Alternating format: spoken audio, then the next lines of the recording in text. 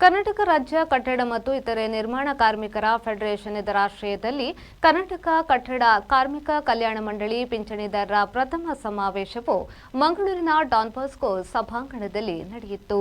ಈ ಪ್ರಥಮ ಸಮಾವೇಶವನ್ನು ನಕಾರಿ ಬಡಿಯುವ ಮೂಲಕ ವಿದ್ಯುಕ್ತವಾಗಿ ಉದ್ಘಾಟಿಸಿದ ಕರ್ನಾಟಕ ರಾಜ್ಯ ಕಲ್ಯಾಣ ಮಂಡಳಿಯ ಮುಖ್ಯ ಕಾರ್ಯನಿರ್ವಹಣಾಧಿಕಾರಿಯಾದ ರವಿ ಡಿ ಚನ್ನಣ್ಣವರ್ ಮಾತನಾಡುತ್ತಾ, ಹಕ್ಕಿನಿಂದ ವಂಚಿತರಾದವರ ಹಕ್ಕಿಗಾಗಿ ಅನ್ಯಾಯದ ವಿರುದ್ಧ ವ್ಯವಸ್ಥೆಯ ದೌರ್ಜನ್ಯದ ವಿರುದ್ಧ ಹೋರಾಡುವ ಸಂಘಟನೆ ಕಟ್ಟಲು ಬದ್ಧತೆ ಬೇಕು.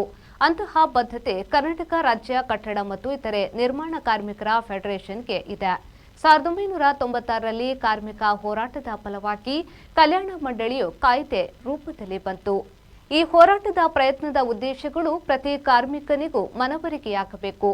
ಕಾರ್ಮಿಕ ತನ್ನ ಹಕ್ಕುಗಳಿಗಾಗಿ ಯಾವುದೇ ಅಧಿಕಾರಿಗಳಿಗೆ ದುಂಬಾಲು ಬೀಳದೆ ನ್ಯಾಯಾಲಯದ ಮೆಟ್ಟಿಲು ಹತ್ತದೆ ಕಚೇರಿಗಳಿಗೆ ಅಲೆದಾಟ ಮಾಡದೆ ಕಾರ್ಮಿಕ ಹಕ್ಕುಗಳಿಗೆ ಕಾರ್ಮಿಕನಿಗೆ ತಲುಪಬೇಕು ಎಂದು ಹೇಳಿದರು. ಸಭೆ ಅಧ್ಯಕ್ಷತೆಯನ್ನ ಕಟ್ಟಡ ಕಾರ್ಮಿಕರ ಸಂಘಟನೆಯ ರಾಜ್ಯಾಧ್ಯಕ್ಷರಾದ ಬಾಲಕೃಷ್ಣ ಶೆಟ್ಟಿಯವರು ವಹಿಸಿದ್ರು.